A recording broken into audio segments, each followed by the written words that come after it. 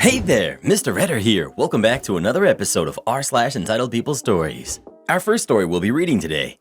My wife doesn't want our son going to Disneyworld for his friend's birthday because our daughter wasn't invited. After that, am I the jerk for holding a grudge against my dad who took my step-siblings to Paris but not me? And after that, am I the jerk for not asking for money after taking a neighbor's kid to the ER? Now for every thumbs up this video gets, one Karen does not get to go to Disney World. But Reddit boy, I love Disney.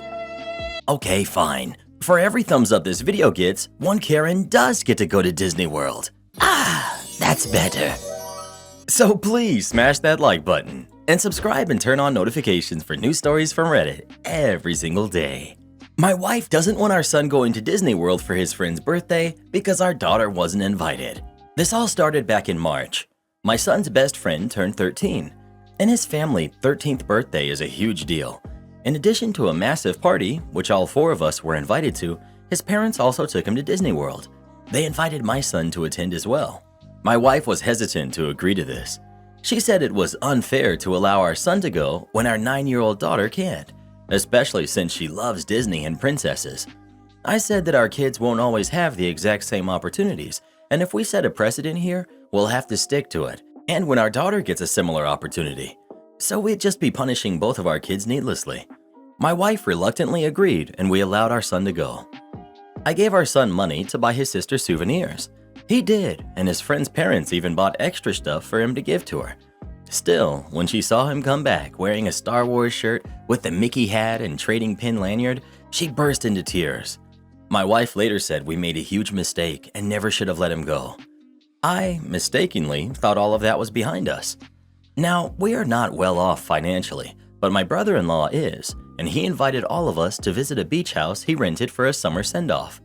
My wife told me she wants to have our son stay with my dad and just take our daughter to even the score. I told my wife that isn't happening. We are their parents. We can't favor one kid over the other. Not being invited to a birthday trip of a kid you barely know is in no way comparable to being left out of a family vacation, and I'm shocked she would even suggest such a thing. I refuse to allow it. Now my wife is angry, but I don't care. I'm not punishing my son for being lucky. Am I the jerk? Not the jerk. Your wife sounds like she has a clear favorite out of the two kids, and she isn't afraid to show it. Of course your son should go on vacation with you all. I'm shocked that she would want him to miss out. That's awful. Is she always this unkind to him? I'm not sure it's necessarily a favorite thing. I think OP's wife has good intentions. They're just misdirected and immature. But in her mind, she's making things fair. I think you're being more charitable than she deserves. I've reread the original post 3 times to see if I'm being unfair, but what comes across each time is that all that seems to matter to OP's wife is how the daughter feels, even though I doubt the daughter would, unprompted, want her brother to be excluded from the family holiday or think that this would be an appropriate way to handle things. Can only say that I hope you're right and I'm wrong. Not the jerk, but your wife? When your daughter doesn't make varsity volleyball, will you pull your son from varsity baseball and punish him for making varsity the previous year too? How about when your son gets a partner but your daughter doesn't? Oh, how about when your son has kids and your daughter doesn't? What will your wife do then? When your son gets into a college that the daughter didn't and is pressured to forego his education and future. Not the jerk, you are 100% correct that your kids aren't going to receive the same opportunities in life. Daughter has to learn how to handle situations like this in life because she's not always going to be treated the same or have the same opportunities as everyone around her, and she needs to learn to handle that with grace. Also, this is your family inviting you, like you said, not a kid's friend. Your wife would be excluding your son from his entire family, which is just awful. Let your wife be angry about this. She's completely out of line. What a strange reaction. I wonder what the root of it really is. Well, who do you think is the jerk? OP or his wife? Please let us know. That mother should write a book, How to Raise a Karen 101. Am I the jerk for holding a grudge against my dad, who took my step-siblings to Paris, but not me? A few weeks ago, I learned from my stepbrother's TikTok that my dad, stepmom, and 2 stepbrothers are in Paris. I was staying with my mom at the time. I'm female, 16, and I would have loved to have been there, but they didn't even tell me they were going. I immediately sent a text to my dad asking if they're enjoying their time in Paris, and despite reading it, he didn't reply until late at night. Then he tried to play dumb and said it's great and he wished I could be there. Yeah, me too. So I replied that he could have taken me, and he said it wasn't possible and we'll talk about it later. So when they returned, I told them that I'm hurt that they didn't take me. My dad took me aside and told me that their finances are very tight. This vacation was a gift from stepmom's parents, and they only bought it for my dad, their daughter, and their own grandkids, and not me. He reminded me that I shouldn't act in an entitled way. They were effectively guests, even though the grandparents weren't there, they just paid for it. And I wasn't invited, so I shouldn't act in an entitled way. I wasn't convinced. They could have refused to go without me, paid for me themselves, gone somewhere cheaper, stayed a little less longer, or asked my mom to pitch in, and she would have. Me not being there was exclusionary. If this was only about money, they could have made it work. So I told my dad that I was disappointed in him. So I came last night, and my stepmom's parents came over for dinner. The subject of the vacation came up, and everyone was talking about it, and I was just sitting there being quiet until I thanked them for doing such a nice thing for the family, while my dad looked at me in a frowned way. Everyone went quiet. My dad tried explaining that I should have understood that this was a very expensive gift. I'm acting like an entitled brat and should go to my room if I can't behave myself. I said it doesn't seem like I belong here anyway, and told them to enjoy your family dinner, and I left. Later, the grandmother came to my room and tried explaining that they gifted this to their grandkids and couldn't afford to include me as well. She said they initially only had a budget for 3, their daughter and kids, but stretched themselves to 4 to include my dad as well. But while they wished they could have done it for me too, they really could not stretch it to 5. So I told her my problem is with my dad, and I have no beef with her. But she doesn't get to act like she cares about me either, and it's okay. I was like, I'm a stranger to you, and you don't care about me, so have some courage. Put your big girl pants on and wear it on your sleeve, and asked her to get the heck out of my room. She left, and I heard her telling my dad that I was very rude to her, so I'm grounded until further notice. Am I acting like an entitled brat, and am I the jerk in this situation? Edit. Not that it's relevant, but step-grandmother's comment about trying to include me, but not being able to work out the budget was nonsense. They're very rich, and this was an excuse, and she was taking me for a fool. But this is not relevant to me holding a grudge against my dad. I'm only specifying it for clarity. They tried explaining that they gifted this to their grandkids, which now includes you. This is a pretty easy not the jerk. They could have gifted something for the whole family, but they didn't. Your dad didn't decline and say if his daughter can't go, then he won't be going. This is clearly going to be a no-contact situation in the future. When I was 16 and wanted to travel abroad, my parents had a deal that I needed to earn some of the money myself. Now, these weren't family trips, but a 16-year-old can earn money babysitting and doing odd jobs to defray costs of travel. The fact that your dad did not tell you and did not even bother to try and find a way to make it work shows you what kind of a man he is. Please ask to move to your mom's 100%. He has made his choice, and his family is comfortable treating you like garbage. Don't take it. Take him for college tuition and decide in your 20s if you want to bother with him again. You're right to be mad, and not the jerk now, but if you keep yourself in this toxic situation, you would be the jerk. Step-grandma literally gaslit you, and now you're grounded? Run, OP. OP's dad has shown her that he has a new family now. The cold hard truth is that he simply doesn't care about her. OP, move to your mother's permanently. Your father has shown you where his priorities lie, and they are not with you. Not the jerk. The worst part is that she found out about the trip from a social media post while they were in Paris. Her dad didn't even have the nerve to tell her about the trip in advance. That tells you everything you need to know. He knew it was wrong, and he hoped he'd get away with it. Too bad he forgot about TikTok. Sorry, you're the jerk here. If your dad didn't have the money, then he didn't have it. They should have told you beforehand that they were going, but given how you're acting, I see why they didn't. Your step-grandmother even tried to talk to you about that situation and told you they didn't even want to include your dad. But you were rude to her for no reason. You are a kid, and sometimes kids don't understand finances the way they think they do. You can be upset with your dad, but being mean to your stepmom was over the top.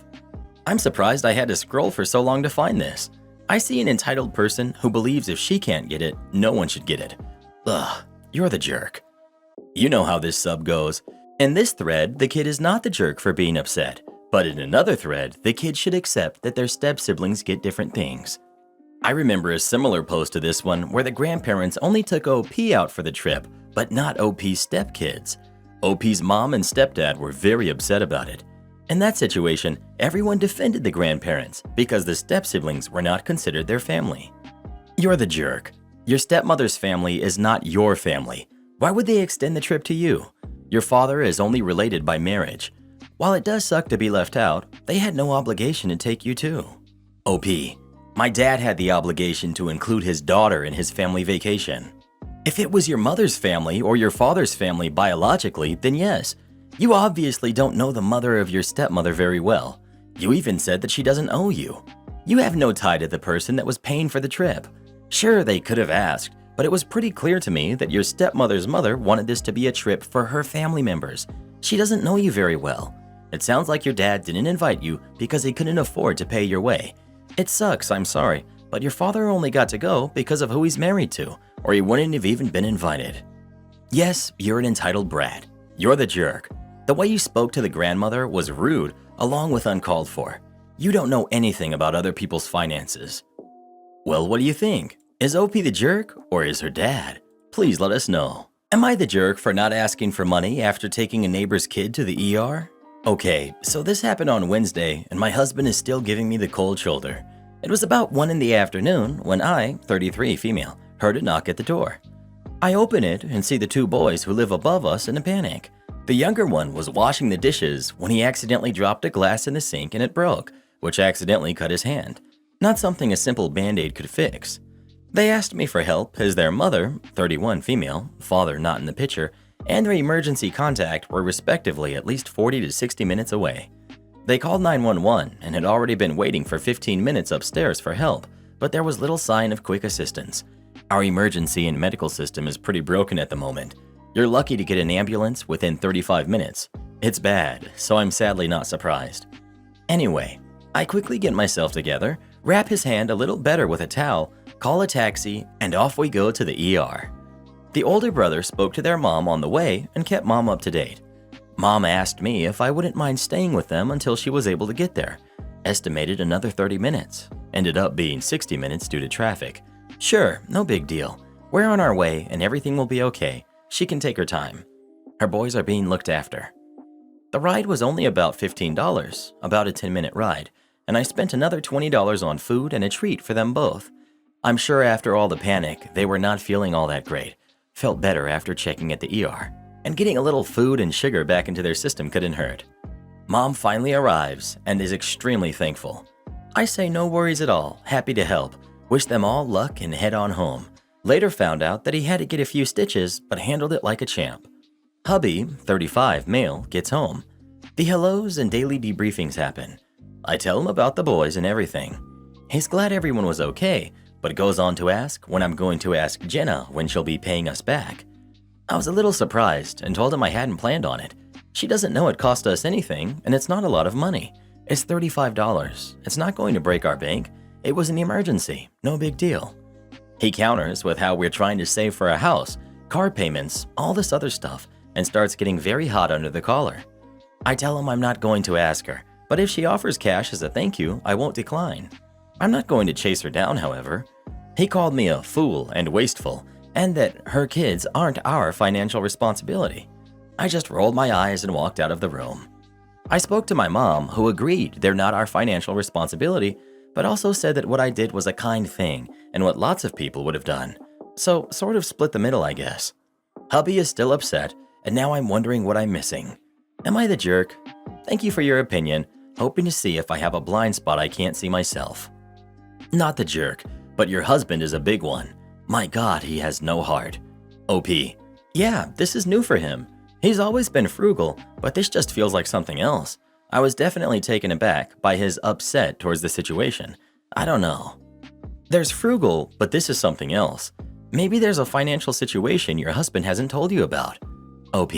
I don't know, but I'm seriously starting to wonder. Joint bank account seems fine, but we each have our own personal one as well. Regardless, this is not a healthy response. We're supposed to be partners, so if there is something going on, I'd expect a more adult and partner-oriented approach to discussing the issue. Not the jerk. $35 is nothing in the great scheme of things. It isn't going to make or break your fund to buy a house, and it was an emergency situation. That uncharitableness is really disturbing, honestly. OP. Yeah, that part threw me off hard. Like, oh no, we both have to work an additional 30 minutes to recoup that loss. We're definitely not rich, but we're also not poor. I don't know, something's off. I appreciate your comment and insight. I don't want to put crazy paranoid ideas in your head since I don't know your life, but have you considered that maybe your husband got fired from his job recently and is embarrassed to tell you, so he just pretends to go to work? Well, who do you think is the jerk? OP or her husband? Please let us know. I'd tell him if it is such a big deal, go ahead and ask her yourself. My father versus the Homeowners Association. I'm a little fuzzy on exactly when this was, but for loose context, it's around 2018. We're living in this little two-story in a subdivision in upstate South Carolina, which my parents still own. My family just had a full run of renovations done on the house. Kitchen remodel, new floors, wallpapers removed, new paint on the walls, etc. The folks who painted did an especially good job, and since they were a small local business, they wanted to know if they could put a little sign in our yard for a few days as advertisement. You know, those little plastic-type yard signs, nothing big or fancy. My dad was happy to oblige and showed them where to put it to avoid the sprinkler system. Everything's great. 2 days later, a letter arrives in our mailbox. It's from the HOA. According to the bylaws, no signage can be placed in a yard for more than 24 hours. We hadn't been planning to leave it up more than a few days, maybe a week at the most, but to be told that supporting a small business was an eyesore came well out of left field. This is the part where I tell you that my father, despite being a very considerate and respectful man, had something of a problem with authority, especially when that authority is arbitrarily telling him what to do on his own property. First thing he does is pull out his copy of the neighborhood bylaws. He and my mother both look over it, and lo and behold, the quoted passage does not indeed state that no signage or similar mode of advertisement is to be displayed in a yard for more than 24 hours. Not one to go down quietly, my father took to looking for any loophole he could find, and he found it in the word yard. 2 or 3 days after that, one of the ladies who worked for the HOA came down to our house to personally ask us to remove the sign. She and my dad stepped out on the front porch and must have been out there for nearly half an hour.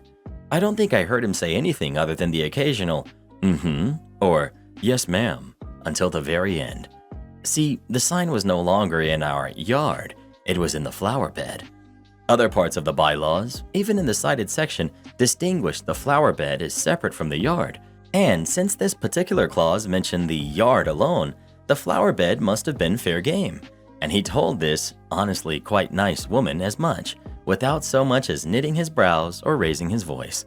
The sign stayed in our flower bed, perhaps out of spite, for nearly another month before we finally took it down. Guest recognized me from a once popular TV show. Now my coworkers know my secret I've been keeping from them. So I was on an episode of a show that aired years ago that was wildly popular and showed how poorly run hotels could be turned around to turn a profit. I was a former housekeeper who applied for a front desk position at this particular hotel, only to have the GM bait and switch me and put me in housekeeping, and needing the money, I took the job. Worst decision of my life. A few weeks after employment started, we found out we were selected to be on this show. That was a nightmare in itself, and if you didn't already know, reality TV is totally scripted. I was actually being directed and told what to say when it came to a scene with the entire housekeeping department. I've long since moved on and tried really hard to forget about this moment in my life. I'm now a newly promoted front office manager for a much better hotel and love where I'm at in my career versus where I started out. I was helping a new desk agent check in a guest, and the guest just kept staring at me. I started to get uncomfortable, and I think he could tell. Guest: you look familiar. Have we met somewhere before? Me, checking the name on his reservation to see if it rings any bells. No sir, I don't think we've met before. Guest: no, I've seen you before. I know I have. Where all have you worked? Me: I've only lived in this area for about 6 years. Before that, I was in a different state. I think that's it. Where did you work when you lived there? Me: this retail store, this giant gas station chain. I did a brief stint at this one hotel. That's it! You were on that one show years ago. Me, facepalm. You remember seeing me on that show? I was literally only filmed for maybe 5 minutes. Guest: I'm such a huge fan. I still watch the old episodes on that one streaming service, and the hotel you worked at was always one of my favorite episodes. Have you been back? Did they ever get it turned around? Me: I wouldn't know, because shortly after that experience, I found a new job. Now a few staff members have stopped to listen because this was not something I've ever brought up before because of how embarrassing it was. Not to mention I worked for an idiot, and when I was threatened by coworkers, he turned a blind eye. So mentioning I was a part of this episode is not high up on my priority list. After I get him sent on his way, I have about 5 staff members from other departments questioning me about the TV show and why I never mentioned it and so on. Pretty soon this guy is back and telling everyone in the lobby that he sees about my fame and to come talk to me. No one did, thankfully. I think they thought he was completely off his rocker, which was nice because I really didn't want any more people knowing my deep dark hospitality TV experience. So if you're a fan of one of those shows and you recognize someone, maybe don't bring it up. Chances are we might still be embarrassed that we took part in a crap show circus called reality TV. Have you or anyone you've known ever been on TV? If so, what were you on? Please let us know.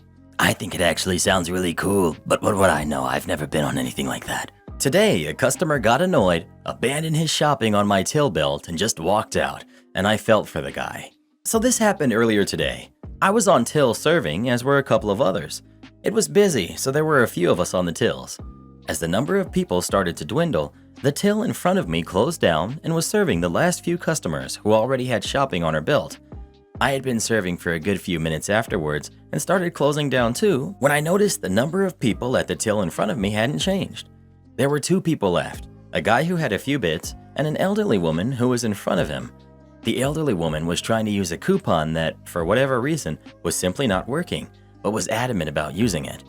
I couldn't hear the details, but let's be honest, the lyrics may change a bit, but the dance is always the same. At this point, I had nearly served everyone who was left on my belt, and I honestly felt for the guy who, at this point, must have stood there waiting for 10 minutes or more. I managed to catch his eye, smiled, and gestured for him to come over to my till. He smiled back, picked up a couple of his items, and put them on my belt. I only had 1 customer left before I could serve him. Those are on offer, demands the woman I was serving, pointing at her bakery items. Those are buy 2, get 1 free. I know they are. Sorry, but I'm pretty sure these are not the items on offer. Yes, they are. I saw the sign. I know those are the ones on offer. I'll get someone to check for you. A minute passes, and I get informed that her baked goods are in fact not on offer. She doesn't say anything. So that'll be, what about those? I know there's an offer for them. She's now pointing at some other food items. Get someone to check them too. I know they're on offer. I'm only partway through asking someone to now check for another offer when the guy who I had beckoned across mutters something under his breath and just promptly walks out of the store, leaving his shopping behind. As he left, I saw the elderly woman still at the till in front of me, now with the manager there too. Even though I knew I was going to have to put his shopping back, I honestly felt for the guy. Oh, and in case anyone was wondering, none of the items the lady at my till bought were on offer. As a guy who just wants my stuff and to get out, self-checkout is the best thing to ever happen. Obviously, that's not always an option. Am I the jerk for not allowing another passenger to recline in their seat? A few days ago, I was coming back from Hawaii on a flight that was due to take over 10 hours. As I sat down in my seat, I could already tell that this wasn't going to be comfortable. My knees were already pressed up against the seat in front of me. Some backstory. I'm 14, male, but I look way older due to my height and overall build. I have autism as well as a general fear of confrontation in any form. About an hour or so in, I felt the person in front of me start to recline their seat, a woman in her 40s that I will call A. I slightly pushed back, of course, as I was already cramped. However, A couldn't take a hint and pushed back harder. In response, I pushed back. Her husband, who resembled Snuffleupagus, who I will refer to as B, asked if I could stop pushing back so his wife could get some sleep. I said, "If horses can sleep standing up, so can you." which I admit may not have been the best thing to say in retrospect. I explained that my knees are already backed up against the seat and it would be too uncomfortable for me if she were to recline any further. They went back to their business for all of 30 seconds when she started pushing back, a lot harder this time. So I pushed forward with a lot more strength. This game of pushing ended with her getting up, seemingly in distress, and her husband turning around and getting in her seat, pushing it up on me. B said, "You're acting like a child." I responded, "I'm 14. I am a kid." At this point, he began violently shoving the seat in a jerky manner, and I simply put my headphones on and I ignored him, pushing against him with all my strength.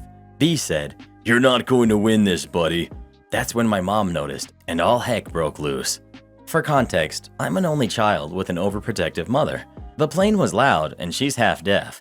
I didn't want to disturb her because she looked tired during the flight. She began yelling and he began yelling back. I don't remember much, but the whole plane was watching. I simply went back to my movie as the verbal fight started. Some flight attendants came over, and B said he had a right to recline his seat. My mom didn't care, and it was getting to the point where it looked like they would have to land the plane. Thankfully, my cousins came over and diffused the situation.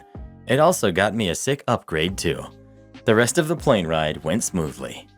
I feel like everyone who has commented here is likely short, so they don't get how uncomfortable seats can be. Frankly, the jerk here is the airline, which packs people in like sardines and then allows seats to decline. The problem is that actually both people have the right to the space. It's someone's legroom and someone else's reclining space. I never recline in coach because there's no space and it's rude in my opinion. You're the jerk. If you really had a fear of confrontation, you wouldn't have started all of this. The person in front of you had the right to recline the seat they paid for. You're the jerk. It's funny how you and your family are the only ones allowed to not be disturbed and comfortable on the flight. She bought the seat. She can recline. If you have issues, then your parents should have upgraded you. You probably got a sick upgrade because there was room and the flight staff was tired of your crap. You were being disruptive and you escalated it immediately. Well, who do you think is a jerk? OP or the people sitting in front of him? Please let us know. Not too friendly, but at least he's not a doormat. Make up a BS policy to appease the drama queen? Sure, I'll follow it. Many years ago, I worked in back office support in a large office with lots of departments. Generally speaking, we had core hours, especially for lunch. Core lunch hours were between 12 to 2, meaning you had to take your lunch sometime between 12 to 2. Different departments had different rules for lunch depending on their needs. For example, the call center had a strict rotation for when people could take their lunch since they needed constant phone cover. However, I was in back office support. Things were a lot more relaxed because we rarely took phone calls. Most of our work came in the form of tickets and tasks logged through our system and emails from other departments with general queries. The only requirement was that at least one manager and 2 members of staff had to be there at all times in case a colleague from another department needed to see us, or in an emergency, call us. So generally, we could take our lunch anytime we wanted, as long as it was between 12 to 2. There was no policy telling us when to take our lunch aside from the one I already mentioned. I would always take my lunch at 12:28. The reason was I actually wanted to take it at 12:30, but one of our call centers was the floor above us and they stampeded down the stairs at 12:30. I had been in an accident some years ago that gave me issues with my back and hips, so I could be a little unsteady on the stairs. So I left at 12:28 so I could avoid the call center stampede. I suppose I could have gone at 12, but the staff canteen was never set up and never had food ready at 12, hence why I left at 12:28. Now, I always restarted work at exactly 1:28, sometimes a few minutes earlier. An hour was far too long for me, so I was often back at my desk nursing a coffee while scrolling through my phone, which we were allowed to do as long as we were on break, by around 1 p.m. as well. However, if a colleague came to me and asked for help, I always helped and just added the time I was helping them to my lunch. So if I spent 10 minutes helping a colleague, I'd come back at 1:38. All this would be logged in our timesheet. I wasn't doing anything outside of policy. We were allowed to do this. Anyway, one of my colleagues had obviously noticed. Let's call her Mindy. Mindy considered herself the queen bee of the office. Everything had to be done her way. She was perfect, and she always tattled on people for petty stuff, like that one of our colleagues used too many staples, or that colleagues were literally a few minutes late, or took too many bathroom breaks. She literally had a tally of how many drinks and bathroom breaks everyone took so that she could tattle. She even once tried to tattle and say one of our colleagues came in drunk and she could smell it on her breath. What she could smell was Lemsip and cold meds. The colleague she was tattling on had a cold. Unfortunately, Mindy was also our manager's favorite employee, so she got away with a lot. So she tattles to our manager about how I'm always leaving for lunch 2 minutes early and yet often come back late. My manager tears me a new one for this. I explain to him that the times I come back late are when I've helped a colleague, and he should see it logged on the sheet. I also explain why I leave at 12:28. He then says, "Yes, well, whether it's 2 minutes or not, we have core hours in the office." I say, "Yeah, 12 to 2. I can take my lunch anytime between 12 to 2. 12:28 is within these core hours." So he tried to say no. In our department, we have a policy of 12:30 to 1:30 to make sure enough people are in the department. I say, "I've never heard of this policy. This has never been the case." But he brushes me off and says, "You take your lunch at 12:30 and come back at 1:30. You don't deal with any queries or anything that will delay you. Just take your lunch on time and come back on time. No exceptions." Okay then, that's exactly what I'll do. No matter what I'm doing, even if I'm in the middle of a task, I get up and go to lunch. Even if I am at my desk and a colleague comes to me, I tell them I'm on lunch and tell them to come back later. Then, surprise, surprise, Mindy comes along with an urgent query at 1:10. I look her dead in the eye and say, "Sorry, I'm on lunch." She storms off to our manager to tattle on me. I get called into his office because she had lodged a complaint against me for bullying her and being uncooperative. Mindy is in the office with my manager acting as a mediator, and he asks why I refuse to help her. She's grinning maliciously with her trademark "you're going to get it" face. She spoke to me at 1:10. I had 20 minutes left of lunch. "You said the policy is lunch 12:30 to 1:30. No exceptions," I said, smiling. Mindy looked like she wanted to slap me, and my manager was furious, but knew he couldn't do or say anything because that was what he had said. Eventually, the manager ended up being promoted and moved to another department. Our new manager has no patience for Mindy's excessive tattling and at one point shouted at her, "This isn't primary school, and I'm not your teacher. Go back to your desk and focus on your own work instead of everyone else." The new manager also rescinded the "no exceptions" BS policy my manager had made on the spot, and as long as we came back on time and didn't leave the department understaffed, she couldn't care less when we took our lunch. Support our channel by joining as a member today, and we'll give you a shout out in our next video. Or come watch this video next. You won't believe what Karen does in that one.